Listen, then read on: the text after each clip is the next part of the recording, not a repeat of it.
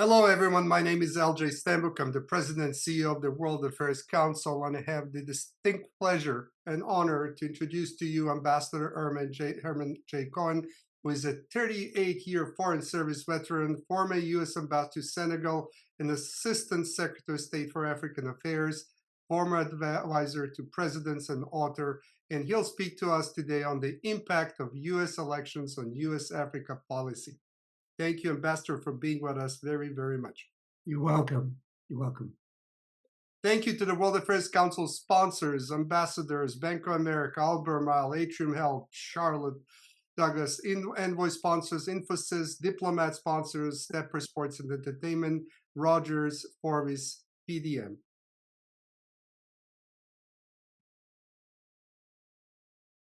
So I would like to use this opportunity. We're in the month of November, and thank you for your support. We are the community's premier global education nonprofit, nonpartisan organization, and we believe that everyone deserves access to fact-based and balanced analysis, commentary, and research on critical global issues. Dialogue, knowledge, active participation in an understanding of global issues are vitally important for our democracy to flourish at all levels. Happy Thanksgiving.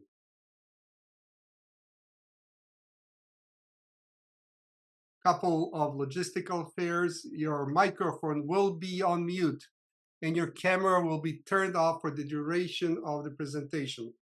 We will have a question and answer dialogue, so please know this. To submit a question at any time, please use the Q&A box in the Zoom toolbar that is circled in red right in front of you. This presentation will be recorded and will be sent out via the World Affairs Council Charlotte mailing list. So make sure you're signed up and able to receive our emails. Couple of updates, upcoming program. Delighted that on Veterans Day, we have a World Affairs Council Charlotte private dinner with Major General Shane Buzza, who's the Chief of Staff at United States Army Forces Command, and Major General Garrett Yee, retired, who is now Vice President, General Manager, Army and Defense Agency Sector and Defense Division at General Dynamics Information Technology. The next day, November 12th, we will have the World Affairs Council National Security Series luncheon with both the major generals, and we will be talking about navigating a volatile, uncertain, complex, and ambiguous future for the United States military. Does technology really help? Join us for those two events. It's going to be very, very pertinent and very timely, and we are delighted to be able to share this program with you. On November 14th, we have our signature program, our largest international education program in the Carolinas.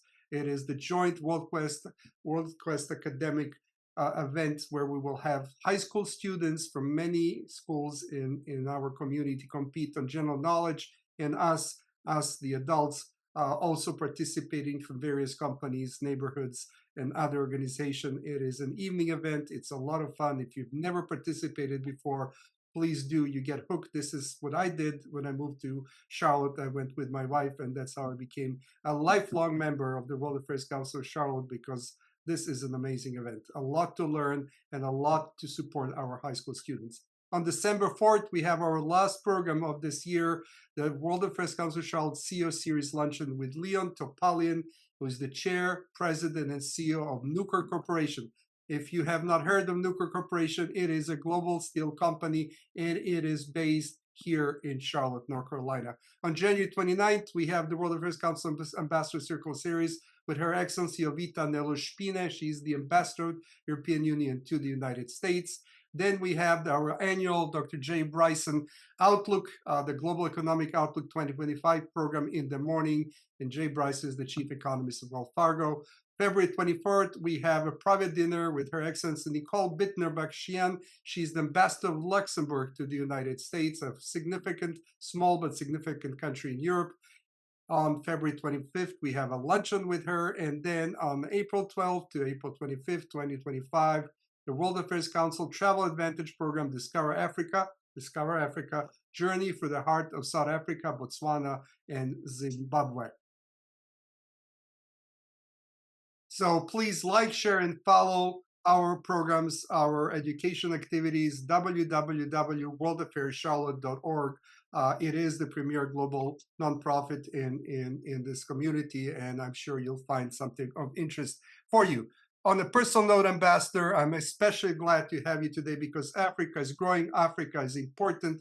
We neglect Africa a little bit. And my father was an ambassador in Africa, just as you are. He was ambassador to Ethiopia and Somalia, so I have personal connections to Africa. It is my pleasure to turn it over now to Michael Hawley, our former board chairman. Michael Hawley, it's all yours. Thank you for being here. Yeah, thank you, Lumir, and welcome back. For those that don't know this, Lumir has been in the Easter Islands with a trip of World Affairs Council locals from Charlotte, and back in one piece, and after a long multiple connection flight journey. So thank you, Lumir. Leandre Adafan, can you also come on video? Leandre and I are going to kind of double team the discussion with the ambassador, who I'll introduce to you in just a second. Leandre is from Charlotte. Well, he's not from Charlotte. He's from Benin, West Africa. Educated at Milan Polytechnic, as well as degrees here in the U.S. from places like MIT. And he is has been the head of global technology for a number of very large international companies, and resides here with us in Charlotte. And he gives me a little bit more standing to engage with the ambassador, as Leandre is well versed in a lot of these topics that we'll discuss today. But to introduce the ambassador would take probably 15 to 20 minutes. Well, I'm not going to do that. You've got a lot of material there in the slide. And as well, I'll tell you that, let me read to you quickly something that he wrote, the ambassador wrote, that was published in Foreign Policy Research Institute. It says, when I joined the U.S. Foreign Service in 1954, Africa was seen as the lowest of our foreign policy priorities, with little strategic importance for global affairs.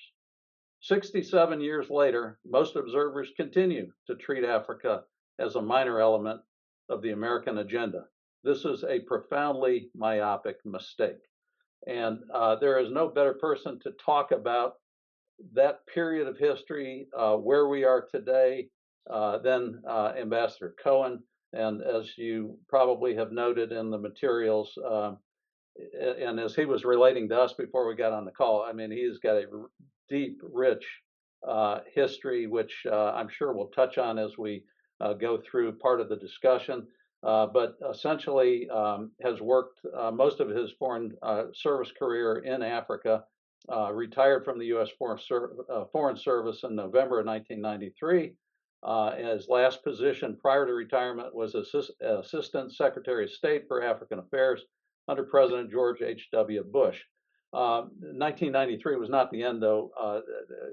Ambassador Cohen has been absolutely active and integral to everything that's going on between the U.S. and Africa ever since, both in the private sector as well as in some other governmental capacities. So with that, welcome, Ambassador, and Lumir, if you want to take all the slides off, there we go.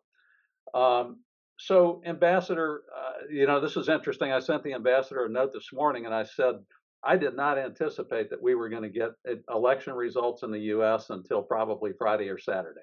And so I didn't see much point in having any significant back and forth about what the various candidates were talking about and what the implications might be for the big substantive issues we're going to talk about today, and had planned to talk about.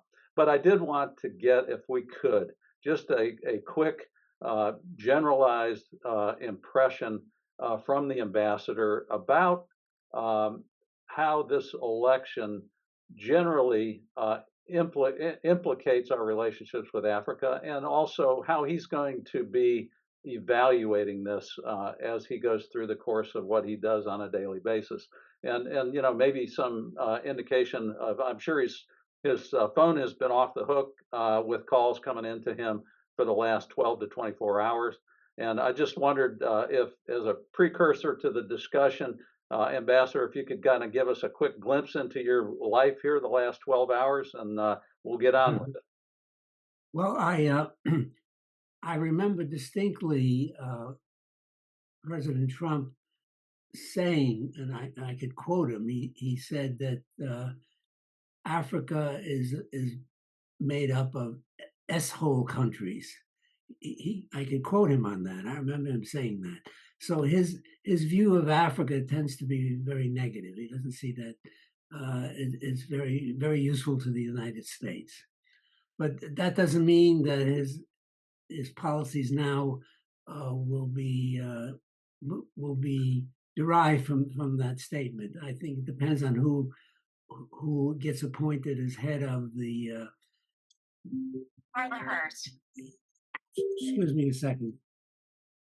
That's one of those calls coming in that I suspected you were going to be having this morning. Yeah. But I think it depends on who he appoints, because you could look at Africa as a place to make money. You can. There are all sorts of investment possibilities there, especially in agriculture. There are all sorts of things that we need in Africa that we can't get anywhere else. For example, coffee, cocoa. You know that 90% of our chocolate that we eat, chocolate bars and that sort of thing, comes from the African country of Cote d'Ivoire. Mars Corporation has a factory in Cote d'Ivoire. So there are all sorts of economic reasons for us to be active in Africa. Also, when you talk about climate change, the important thing is for carbon dioxide in the atmosphere to be absorbed. Well, the jungles of Africa and all of the forests of Africa, they're absorbing tremendous amount of carbon dioxide. So we want to persuade the Africans not to cut down trees as much as they're doing, or when they do cut down trees, to replant the trees. You see, so while President Trump has considered Africa to be not so important, it continues to be important for U.S. interests, and I think President Trump will understand that and maintain an active policy there. Thank you, Ambassador. Those are great opening comments, and gives us some great perspective on this. I did want to mention that the Ambassador, his most recent book is called Africa, You Have a Friend in Washington. And so, and that was published late last year, so it's still very current and something that all of you should pay attention to. You can get that on Amazon and all the other carriers, I'm sure, if you're interested. Again, it's Africa, You Have a Friend in Washington, an American Diplomat's Adventures in Sub-Saharan Africa. Ambassador, on this point, and then we'll get a question or two from Leandre about the economics of Africa and what your impressions are about the economics and the resources and the business elements of what is happening in Africa. But before that, I doubt that John Bolton is going to be in this iteration of the Trump administration, but he was in the last. And and I think he was the proponent of a program called Prosper Africa. Could you tell us a little bit about that? What that was like in the last Trump administration, so we could at least get a sense about who he has had around him on these topics. Well, Prosper Africa is designed to encourage U.S. companies to invest in Africa, and we are there to help them to help negotiate deals with African governments and with the African private sector. And I think that has gone quite well. It's gone quite well. So even though President Trump has expressed negative feelings about Africa, I think this program that began with him is continuing to do well, and I hope it will continue. So, Leandre, can we throw it back in your direction? Any quick impressions and observations and questions for the ambassador? Sure. Thanks, Ambassador Cohen. Being a native of Africa, even not having lived there in 40 years, I go every time I can. I stop by different countries in Africa. Now, a little bit of context for our audience before I ask my question. Back in November 1884, when the colonization of Africa was becoming imminent, Otto von Bismarck from Germany called a few countries and didn't want them to go to war. And the U.S. was part of that. France, England, Spain, Portugal, and Denmark, other countries, and they met in Berlin, and they had the famous Berlin Congress that set the modalities for the division of Africa. They concluded the meeting in February in 1885. And then they proceeded afterwards in dividing Africa. And then in dividing Africa, instead of taking the ethnic groups vertically, parallel to the sea, to the equator, they divided them vertically so everybody could have a small land on the sea for commerce and reasons. And by doing so, they set the divisions in Africa among the ethnical groups and so on. When I look at your experience in Africa, you were ambassador in Senegal and Gambia. And in Senegal at that time, it was Leopold Sédar Senghor who was president when you went there. So my question is, how were you managing diplomacy? Because France was all encompassing. You could not go around France to go and decide things for Africa. You coming from the US, how did it play out in Africa behind the scenes that you could work for with Africa? Or did you have to get permission from France, or could you go directly? Give us your behind the scenes experience.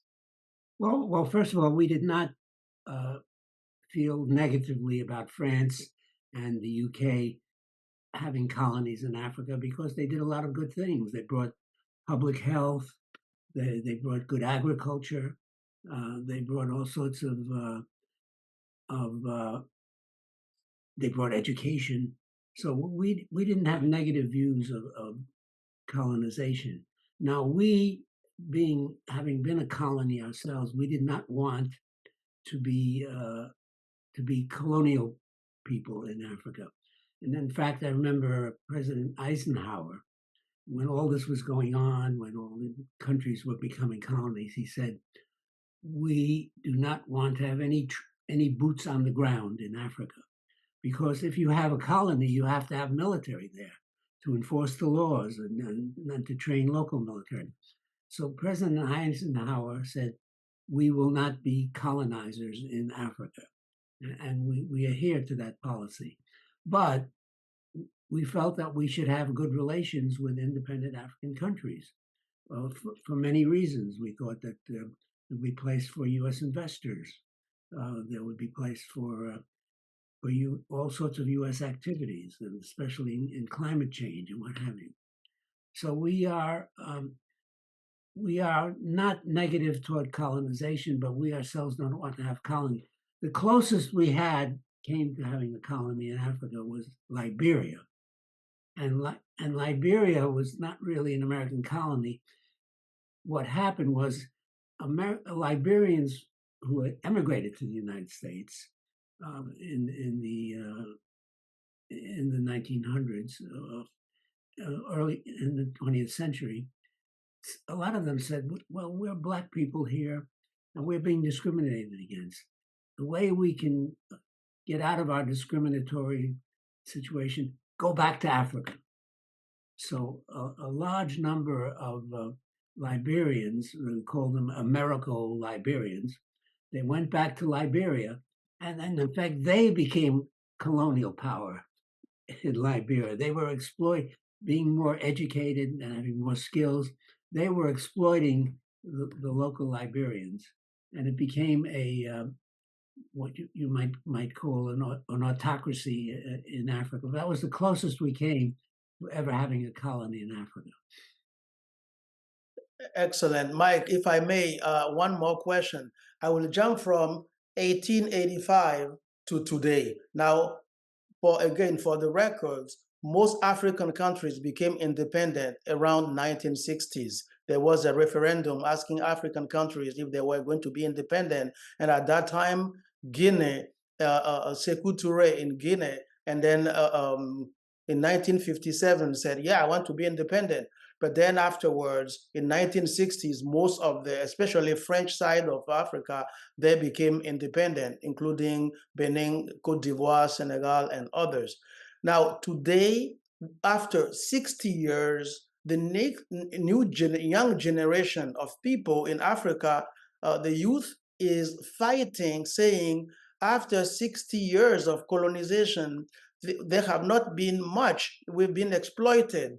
And therefore, people like the young president of Burkina Faso, the president of Mali, and the president of Niger created the small group. And then other young people like in Senegal, where you've been with the election of the two young guys, Ousmane Sonko and Diomaye Faye, who is the president now in Senegal. Those people are fighting back against France, saying, well, let's stop the exploitation that has lasted the last 60 years. Now, that void created is being filled by Russia and China.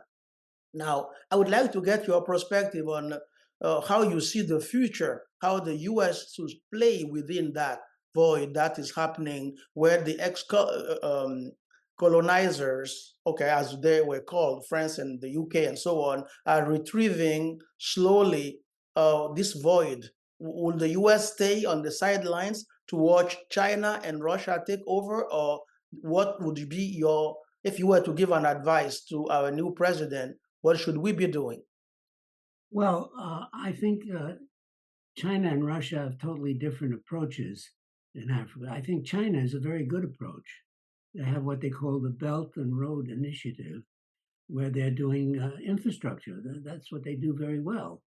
And they started out badly because they were doing loans, and so Africa started to have very serious debts toward China. It became, and they couldn't service these debts.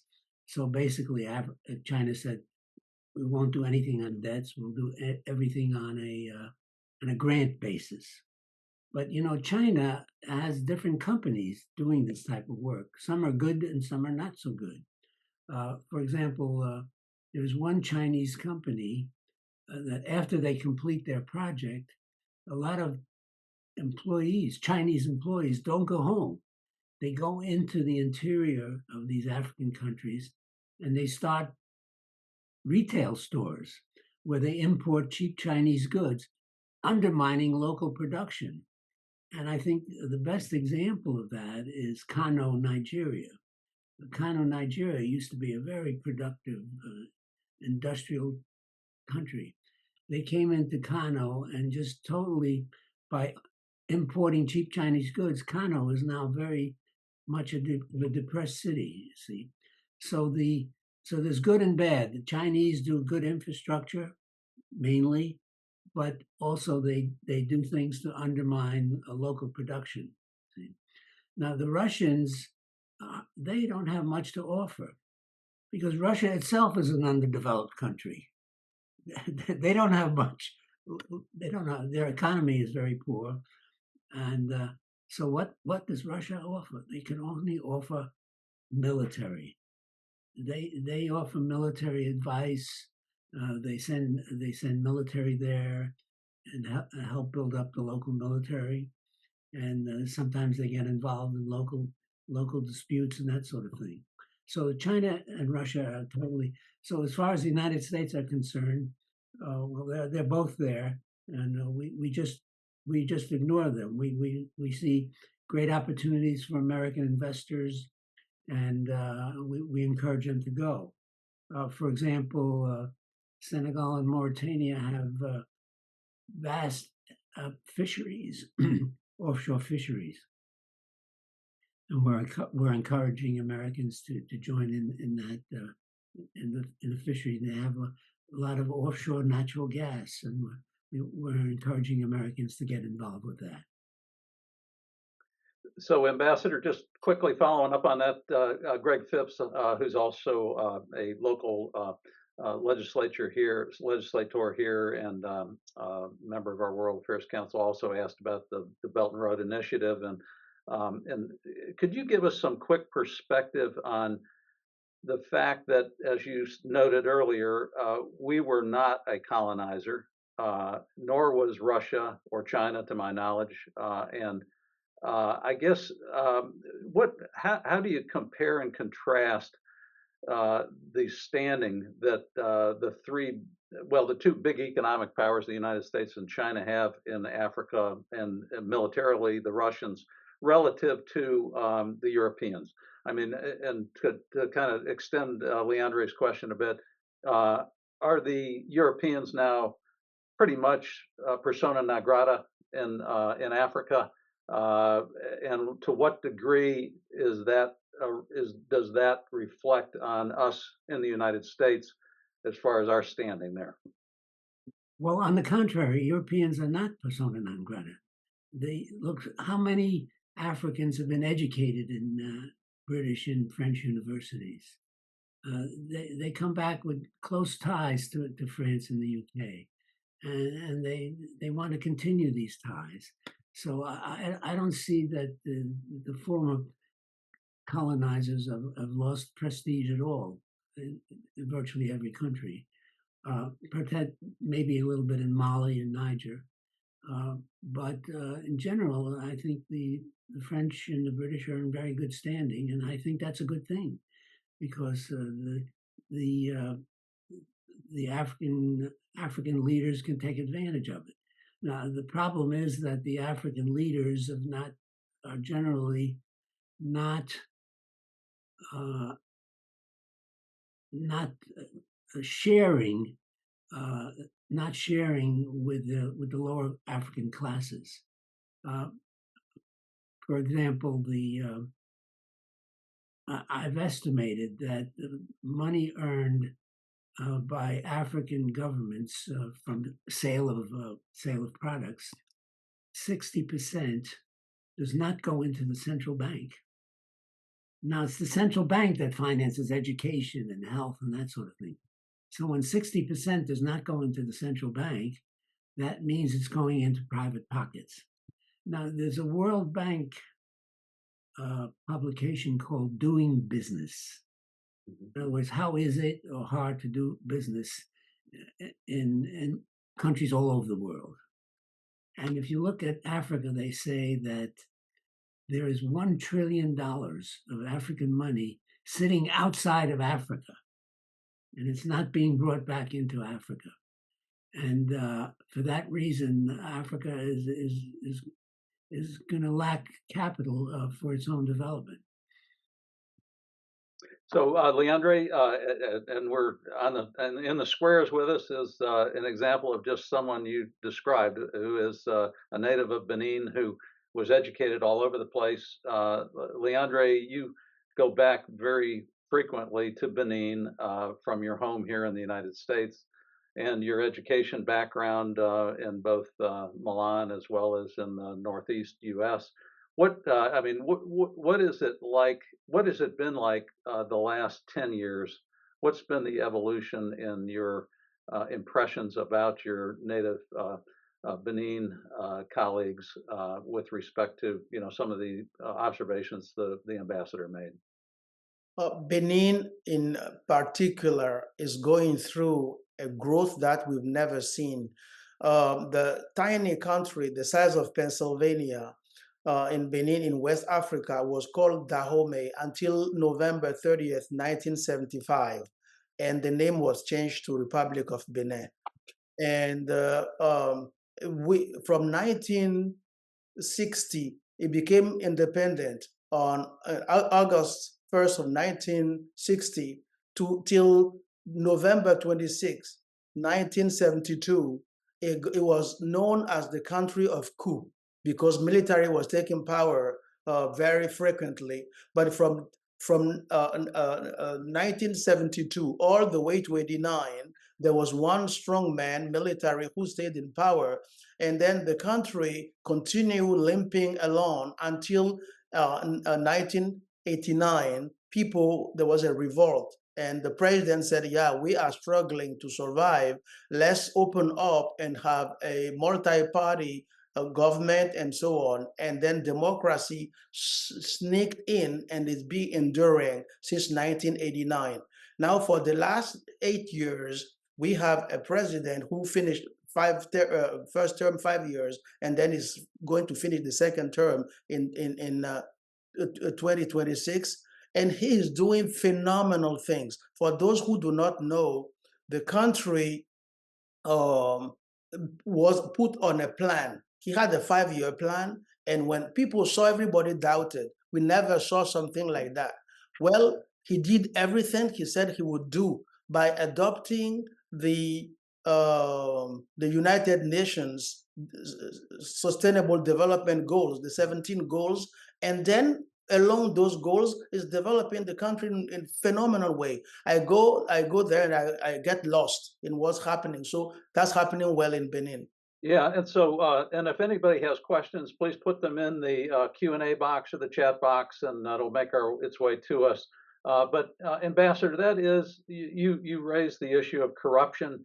I tell you, it is just an absolute morass for us in the West trying to determine all of the various governance systems, all of the various implications for politics in the various 55 African countries.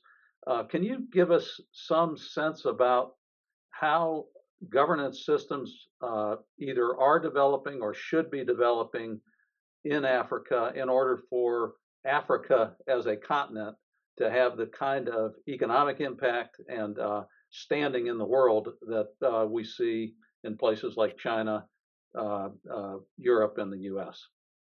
Well, just to add one, before I answer that, to add one thing about Benin. Africa has no tariffs among all African countries. It's a common market. So if you make something in one African country, you can sell to any other African country without paying duty. And one of the few countries taking advantage of that is Benin. Benin is just teeming with investors who are making things in Benin and selling them throughout Africa. So Benin is one of the few countries really taking advantage of this common market system. Now, in terms of corruption, I think it's difficult to say, but I think that the Africans themselves are going to have to, from the bottom up, I think they're going to have to persuade their leaders, that this is not the way to go. And I think slowly but surely, in country by country, they're rebelling against the corrupt leadership. And how would you describe, what's the state of democracy in Africa, in African countries, just generally speaking? I mean, would you describe many of the countries as having operable democracies, or is the operable governance system more likely an autocratic regime? I think the vast majority of African governments are autocratic. That elections are determined in advance. The government leader is going to be reelected, or his vice president is going to be automatically elected, or somebody in his family, that sort of thing. There are very, very few countries in Africa that I can call real democracies. For example, Kenya, I would call Kenya a real democracy. Uganda now, no, not Uganda, I wouldn't say that, because the president of Uganda has now arranged for his son to take over when he retires. So Kenya, Benin, Senegal is a pretty good democracy. I'd say Mali is becoming a democracy, but they're few and far between. South Africa, of course, is a democratic country. One question, Mr. Ambassador, with democratic leadership declining in Africa, how will the U.S. government navigate our relationship with Africa as an autocratic counterwave washes over? will we work with these leaders or work to push for a reinstatement of democratic leaders? I think we can do two things at one time. We could work with autocratic leaders because we have special interests. There are all sorts of minerals that we need. There are all sorts of products that agricultural products that are available only in Africa, as I mentioned before: coffee, cocoa, bananas. There's great fisheries, so we work them in order to establish good economic relationships, and at the same time, we try to encourage them to advance democratic practices, to demonstrate them that it's in their interests, because the people will be more productive, and the people will be more cooperative in producing goods and services. So we can do two things at one time: work with them on our interests, on things that we need to buy, and places that and also on working on climate change, and at the same time encourage them to adopt democratic practices, to demonstrate that it's in the interest of their peoples. Thank you so very much. So we usually refer to Africa as a bloc, but it is not a bloc. There's many different cultures and many different countries, as we know. So when is it useful, someone asks, one of our viewers asked, when is it useful to consider Africa as a single bloc? And then the other question is, are there other practical divisions in Africa that we should know of? Well, I don't. In a way, we can consider Africa as a single bloc because of certain issues like climate change, where as a single bloc, it's useful to work with Africa that way, encourage them not to cut down trees and that sort of thing. And at the same time, we have interest in different regions. Africa, under the African Growth and Opportunity Act, has duty-free entry of their products to the United States. So it's of interest to Americans. For example, American companies manufacture automobile parts in South Africa. And these automobile parts come to the United States free of duty, and they're made into automobiles in the United States. So this is a mutual interest between South Africa and the United States. We had several years ago the ambassador of South Africa to the U.S. as our guest here at the World Affairs Council, Charlotte, and he was talking about the potential of Africa, which is limitless in many ways. But he gave a suggestion to our business leaders that if they want to do business in Africa, to go through South Africa, as South Africa, as he put it, was the most developed country in the region, and also is able to work with American companies in landing them in various African countries. Would that be advice that you would share with our business leaders? I think I would share that. I think Africa is a good, if you want to do business in all of Africa, investing in Africa, and you have very easy access to all other African countries. Very good. Is there an approach you could suggest for the U.S. to take to help convince the military juntas that it's worth to return to democratic rule in some of the African countries? Yeah, well, I think I think first of all, it's important that we not show that we're giving any prestige to military rulers. We should not send our military to meet with them or to give them training and that sort of thing.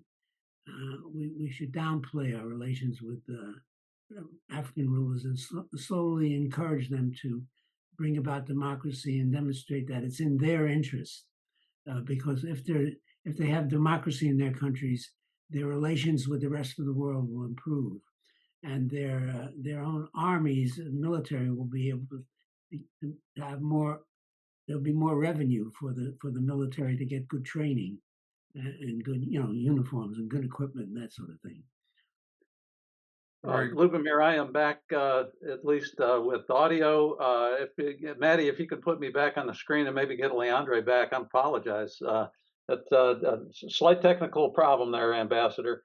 And Mike, may I recommend that we go back and to some direct conversation with the ambassador? We do have quite a bit of time left, and we covered a lot of questions. We can go back to questions after that, but I think we should have a little bit more conversation with the ambassador, also about his book, especially on his book. So thank you for being back, Mike. Good to have you back. Okay, thank you. And Ambassador, why don't you tell us about your book from last year, and maybe what has changed since you wrote it? Yeah, well, this is my fourth book, and it is essentially it tells about my career. It's a book about my career, and it contains all of the work I did for conflict resolution. For example, when I was Assistant Secretary of State, we decided that conflict was a major impediment to development.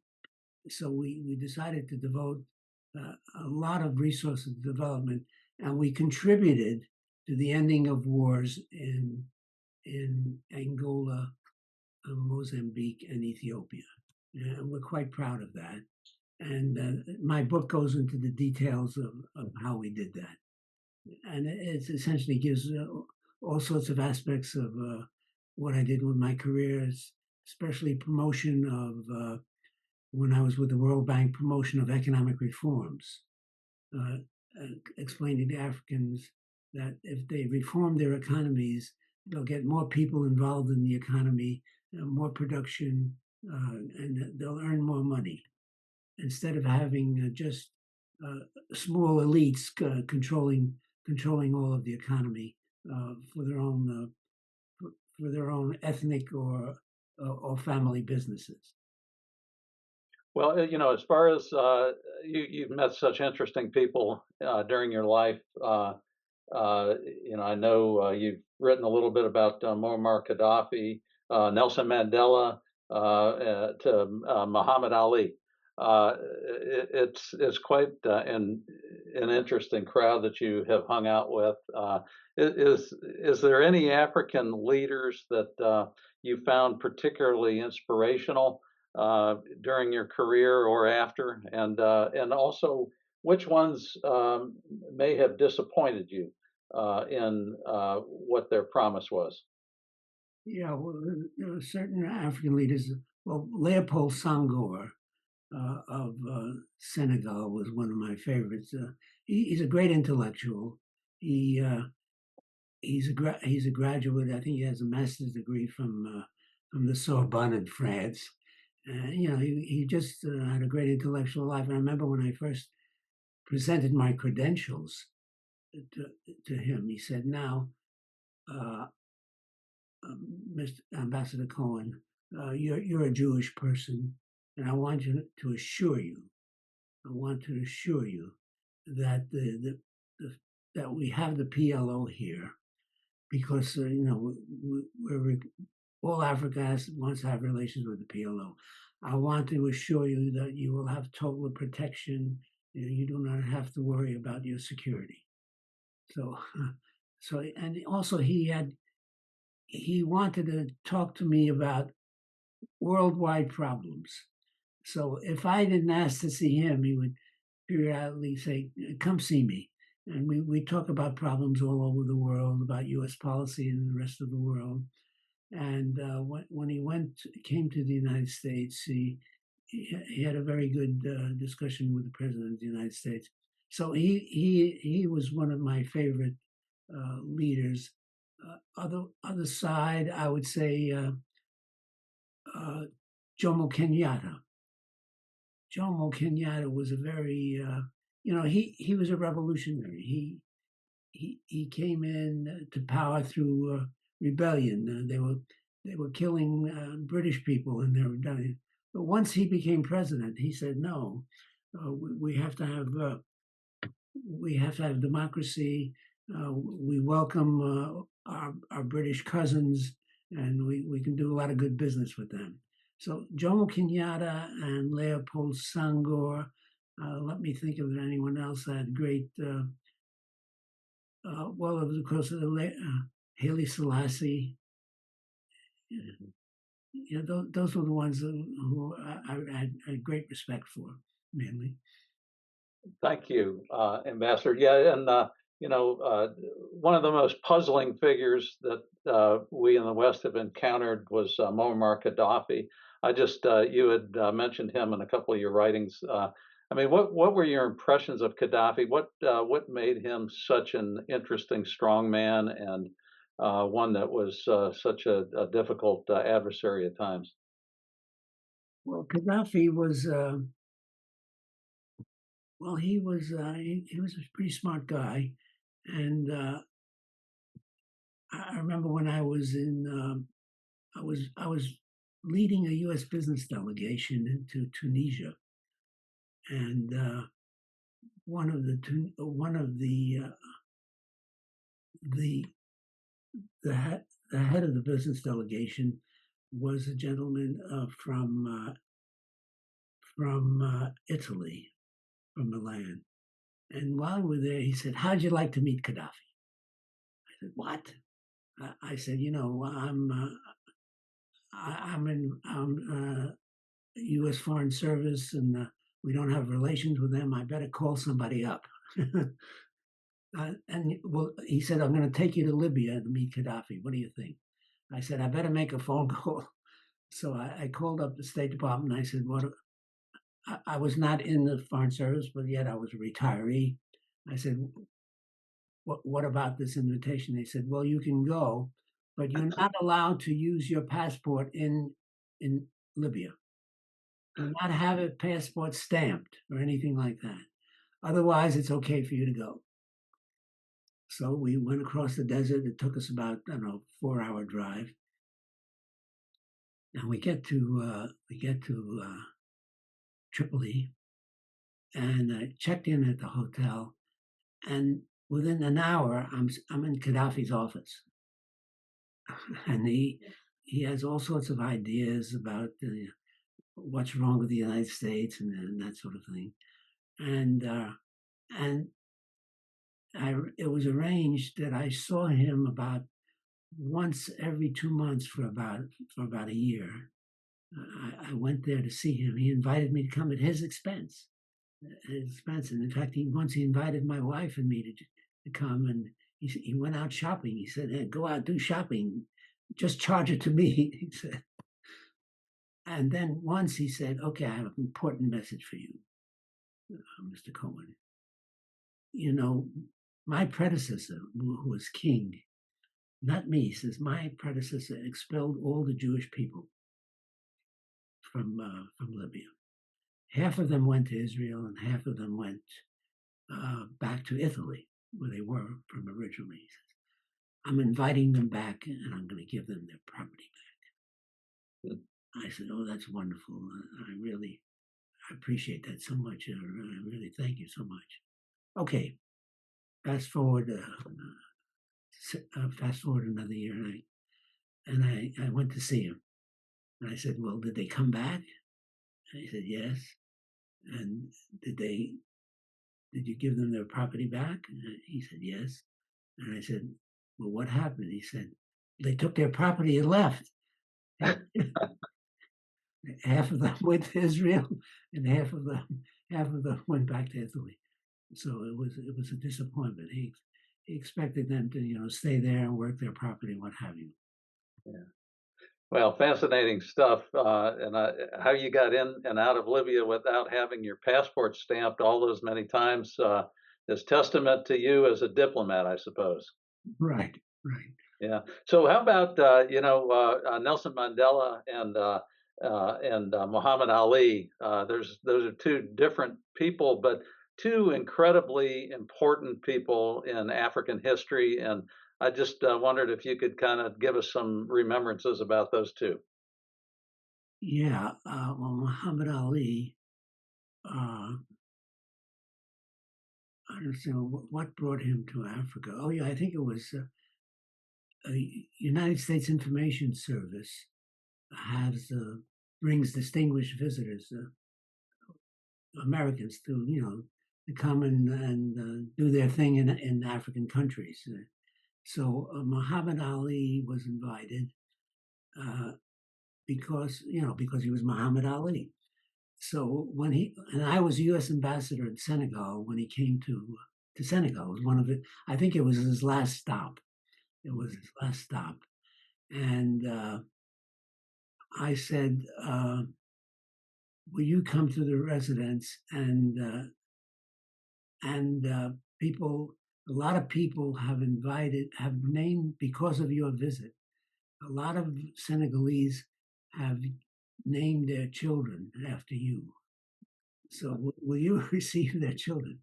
So I set him up in my ambassador's residence, and he kissed every one of those children coming into his, and he became extremely popular. And then he said, "Okay, I want to go have a boxing match." And he had a boxing match, and of course, the first punch he fell down, he was knocked out. All right. So he was so extremely popular there. Yeah, he was quite an interesting fellow, and yeah, that was the Rumble in the Jungle with George Foreman, as I recall, and I can't remember exactly where that was, but yeah, he made lots of impressions, lots of places. How about Nelson Mandela? Well, Nelson Mandela was he was a revolutionary himself, and he was a lawyer, and in South Africa you didn't become a lawyer by going to law school. You do an internship in a law firm. Well, under the apartheid system in those days, there were only white law firms. They weren't going to train any black lawyers. So the question is, how did he manage to get into a white law firm? Well, it was of course a Jewish law firm, and they said, we were treated badly in different countries. We're not going to do the same. So they brought him in as an intern, and he studied law under them, and he became a lawyer. He became a lawyer in South Africa, and I'm just wondering, did he? Yeah, he stayed with that law firm, and he practiced law with that Jewish law firm. Yeah. Yeah, well, fascinating stuff. We're kind of coming down to the last couple of minutes of this, and we'll turn it back over to Lubomir. But I wondered if, Leandra, you had any closing thoughts or comments that you'd like to leave folks with. Yeah, I want to take the opportunity to thank the World Affairs Council and the ambassador, because this is very rich. And when you do this, I am very impressed. So thank you very much. And I want to let everybody know that Africa has 54 countries that are totally diversified. And it is fascinating to see different cultures living on the same continent. So again, thank you very much for the opportunity to be here. Thank you both, Lubomir. Mike and Leandro. And as we actually have a few more minutes, I'm going to sneak in one last question from one of our viewers, Catherine, who says, if it hasn't been addressed, what suggestions, if any, do you have about Sudan, Mr. Ambassador? Well, Sudan it's more than a failed state. It's a totally collapsed state. It's a state, it's in total anarchy. And I think what is needed there is an international peace force to come in and take over, because